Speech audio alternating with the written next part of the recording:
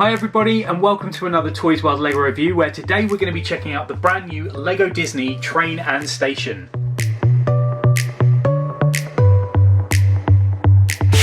Okay, so we're going to go ahead and open this up now and see what is inside. So we have 1,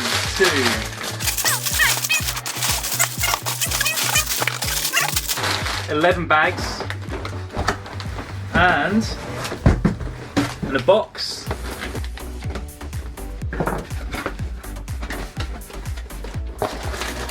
12,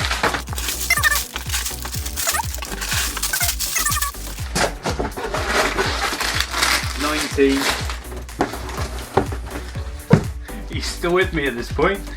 Okay, so we've got 19 bags, technically 20 because we've got some train parts here, and we've got 1, 2, 3, 4 stacks of tracks here as well. Finally, we also have the manual and quite a hefty couple of pages of stickers there as well. So without further ado, I'm gonna somehow pull this together and then we'll have a look at the set and drill down on some of those features. So the whole set's been put together. First, a little note I wanted to mention was that the train is a lot longer than I actually thought it was going to be. It's comprised of 4 pieces, obviously the main train and then the 3 carriages. And then we move on to the station, which again, like the train, is a lot bigger than I thought it was going to be. I was expecting the station to be about 2/3 of the size that it currently is. So it was a nice surprise when the whole thing was put together that it was so much bigger. If you're a fan of the modular buildings, then this is going to sit right in. It's going really nice, and having got the Disney Castle, which you can just about see there in the corner, I can't wait to sort of get this set up in situ with that and just sort of see how it all looks together. So let's start off with the train. This is the obviously the main part of the train here. So there is I'm going to start off with the niggle because I want to get the niggle out of the way. When you lift it up and look inside here, you'll see there's a little a hatch there for the coal to go in. Now this is just decorative, you can't actually open it up. I thought it'd be a nice little feature if you could open it up and maybe put some of the little black studs in there as coal. Again, it's just a tiny little niggle. But that out the way, everything else I am over the moon with. It looks fantastic, so detailed. Now what's interesting to note here is the mechanism. So when you put this on the track, unlike the locked wheels, this actually has some movement, so you're unlikely to have any crashes or toppling over or anything like that. A lot more secure. You've got stickers either side which says Disney Train, and then you've got one just at the front here as well which has the number 1 on there. If you actually compare this to the main Disney Train, it's very, very similar, so a lot of attention to detail there. We then move on to the second portion here. Again, it's got stickers on both sides where it says Disney Railroad. This little switch lifts up, which then shows you the battery pack, which you just click on that. And then that will connect to the powered up sort of features, which we'll show you a little bit later on in the video. Again, this has quite a bit of heft to it, so you know, it's got to obviously be powerful enough to push and pull everything. We then move on to the third one. If any of you have been to Disneyland, this will look familiar to you because it looks just like the little sort of passenger carriages that you go on. These lift up so you can sort of put your minifigures in there, and there's also a little studded area here that you can have one of them sort of waving. So Chip or Dale, for example, we can just pop those in there. I also love the little step down here as well. Moving on to the final carriage, this section here actually lifts out, and you can see in there it's quite detailed. You've got a lovely little table there with a pot of tea by the looks of it, and some flowers, and a really nice little seating area. Again, nice detailing here in the balcony area, and there's stickers here at the front on the green panels on both sides, and then it says Disney Railroad here. The stickers were a little tricky to put on. As you can see here, it says Disney Railroad, but the RA of Railroad here is actually its own sticker, so you've got to make sure that that's pretty close to the ill road bit of Railroad. So if you're putting yours together, just bear that in mind when you're popping that together. So that's the train. We're going to show the train powered up, as I said, a little bit later on, and that's with the track that you also get included too. So back to the main station itself. Highly detailed.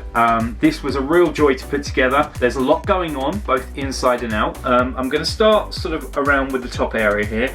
Again, we've got stickers here for the Disney logo and also the Mickey Mouse ears there. Again, a little tricky to put on if you want to get the alignment correct and you're a little bit finicky like me.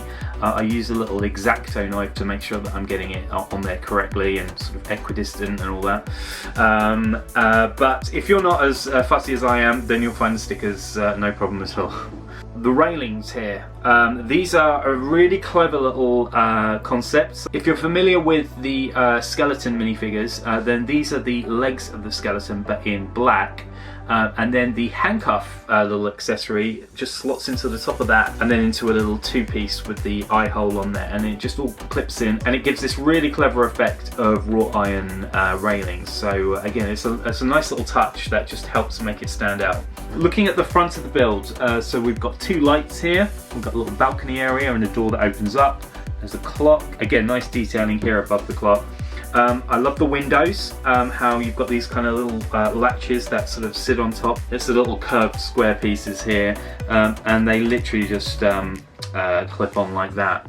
Another area I really like is the actual brickwork on the building. This reminds me a little bit of the Lego Ghostbusters fire station. I think it's a similar sort of maroony red colour with that grey brick as well. So again, it just kind of just gives that kind of old town, kind of American sort of feel. Moving to the interior of the build, up here there's a lovely little secret section here where you've got a mini version of the Lego Disney Castle, and you even have this, which is possibly my favourite brick in the whole set, which has a little mini print of the box that you get the Lego Castle in as well.